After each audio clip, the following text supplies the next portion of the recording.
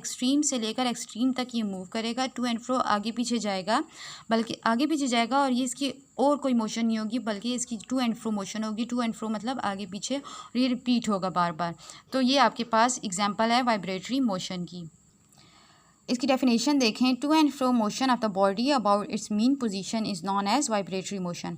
जो आगे पीछे मोशन है किसी भी बॉडी की, उसकी मीन पोजीशन के इर्द गिर्द, यानी कि एक पोजीशन दी होगी, मीन पोजीशन उसका मेन पॉइंट दिया होगा, उसके इर्द गिर्द जो है वो बॉडी जो है वो आगे पीछे मूव करेगी, उसको हम क्या कहते हैं, वाइब्रेटरी मोशन। जैसे कि आपके पास स्विंग है, स्विंग दो जंजीरों से बंधी होती है और उसी के आगे पीछे जो है वो मूव कर रही होती है अपने एक्सिस के थ्रू, उसके आगे पीछे उसके जो है वो राउंड नहीं मूव कर रही होती, ना वो इधर उधर जा रही होती है, रैंडम मोशन नहीं होता, बल्कि एक प्रॉपर्ली एक वाइब्रेटरी मोशन होता है, to and fro.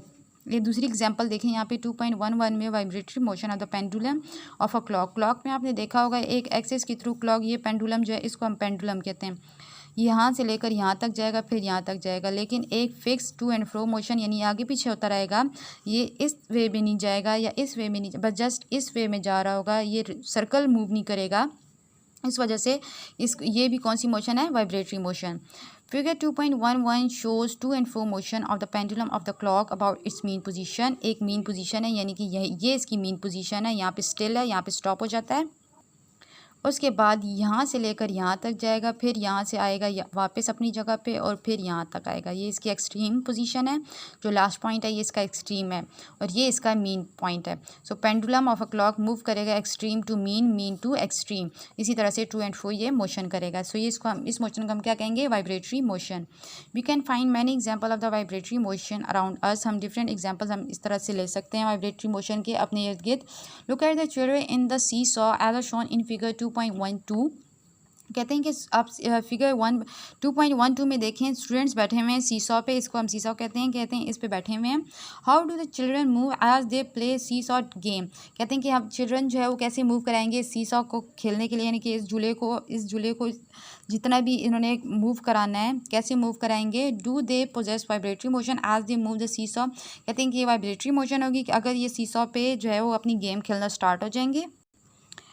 A baby in a cradle moving to and fro motion of the hammer। Different examples दी हुई हैं। अब यहाँ पे कहते हैं कि इस सीसॉ के अगर यहाँ पे एक एक्सेस दिया हुआ है, इसी एक्सेस के थ्रू ये नीचे ऊपर जाएगा, तो ये आपके पास एक वाइब्रेटरी मोशन है सीसॉ की।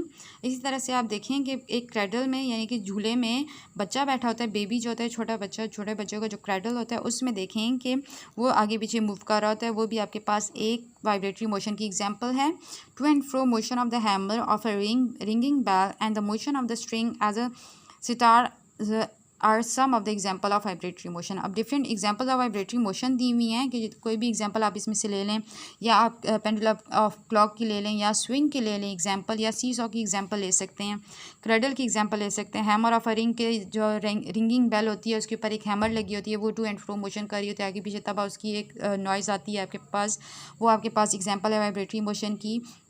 और कहते हैं कि स्ट्रिंग ऑफ सितार, जो सितार के ऊपर स्ट्रिंग लगी होती है उसको आप जब वो एक म्यूजिशियन के पास होते हैं, वो जब आप मूव करा रहे होते हैं तो आगे पीछे मूव कर रही होती है, उससे एक साउंड प्रोड्यूस होता है, वो भी आपके पास वाइब्रेटरी मोशन की एग्जांपल है।